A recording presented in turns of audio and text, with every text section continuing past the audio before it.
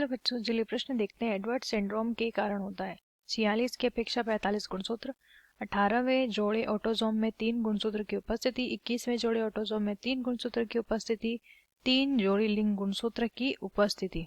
ठीक है, अब हम जानेंगे हमारे प्रश्न की मुख्य अवधारणा। हमारे प्रश्न की मुख्य अवधारणा संबंधित है एडवर्ड सिंड्रोम से। एडवर्ड सिंड्रोम, अब इसमें क्या होता है उसके बारे में पूछा गया है।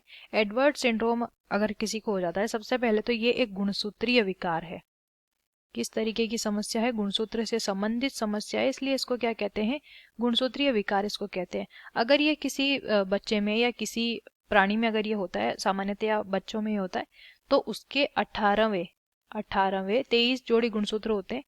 तो 18वीं जोड़ी होती है, 18वीं जोड़ी होती है गुणसूत्र की, उस पर एक गुणसूत्र आकर और जुड़ जाता है, और ये जो एक गुणसूत्र की अधिकता 18वें गुणसूत्र पर होती है, इस समस्या को एडवर्ड सिंड्रोम कहते हैं। अब 18 पर पहले कितने? 2 गुणसूत्र थे, एक और आकर जुड़ जाता है, तो यहाँ पर गुणसूत्र हो जाते हैं 3।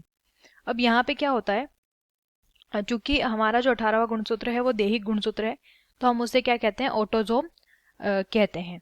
अब यहाँ पे जब बच्चा जो होता है उसके शुरुआती 3 महीनों में खून का परीक्षण करवाया जाता है। ये कब करवाया जाता है? क्या क्या लक्षण इसके होंगे? खून के परीक्षण से ये पता लगता है कि उसमें एडवर्ड सिंड्रोम है या नहीं। तो जब जांच होती है तो लक्षण में सबसे पहले तो कम वजन, बच्चे का लगातार वजन कम होता जाता है, वजन नहीं बढ़ता है।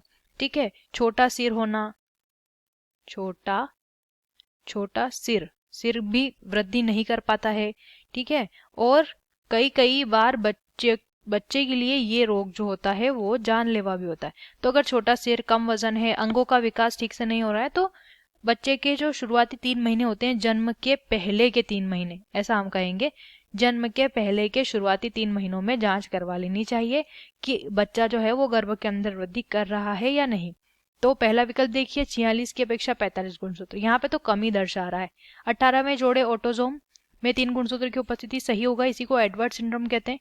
21वें जोड़े ऑटोसोम में 3 गुणसूत्र की उपस्थिति, इसे टर्नर सिंड्रोम के नाम से जाना जाता है, ना कि एडवर्ड सिंड्रोम के नाम से, तो ये तो सही नहीं होगा।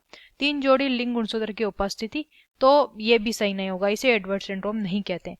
तो जो सही उत्तर है वो है विकल्प बी। आशा करते हैं आपको इस प्रश्न का उत्तर समझ आया होगा। धन्यवाद।